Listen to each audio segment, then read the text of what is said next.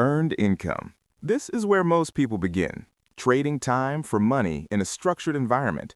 It comes from jobs, services, or any direct exchange of effort for payment. Its limitation is quiet but persistent, because time does not expand in the same way ambition does. Yet it matters because it builds the first layer of stability, like a floor beneath everything else, allowing risk to exist without collapse. Business income. This form emerges when effort is no longer tied to a single pair of hands, but to a system that can operate repeatedly. It often starts small, sometimes as a side activity, and slowly turns into something that produces value even when the owner steps back. What makes it different is leverage through structure, where processes replace constant presence. It matters because it introduces the idea that income can scale beyond personal limits. Investment income. This is money generated by owning assets rather than performing actions.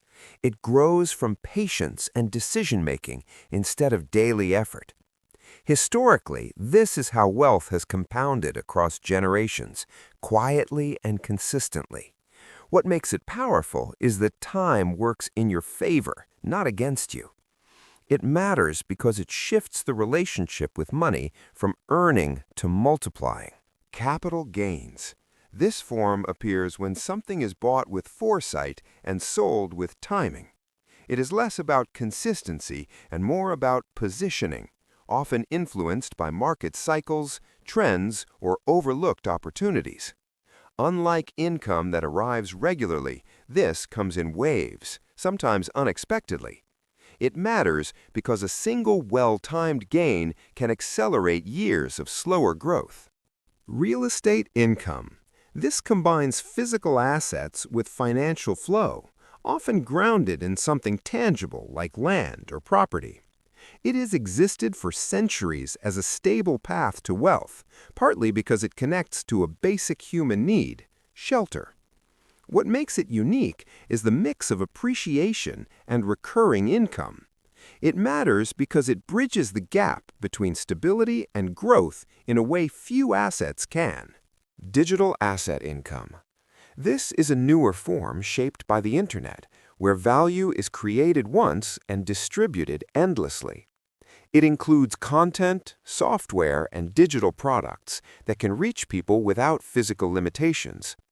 What makes it different is scale without traditional infrastructure. It matters because it allows individuals to operate at a level that once required entire organizations. Royalty income. This comes from ownership of ideas, creations, or intellectual property that continues to generate returns over time. It often begins with a single act of creation, but extends far beyond it. The uniqueness lies in its longevity, where effort echoes into the future. It matters because it transforms creativity into a lasting financial stream. Equity ownership. This is wealth built by holding a piece of something larger than yourself, whether a company or a venture. It grows not from immediate returns, but from the expansion of the entity itself. Historically, many of the largest fortunes have been tied to this principle.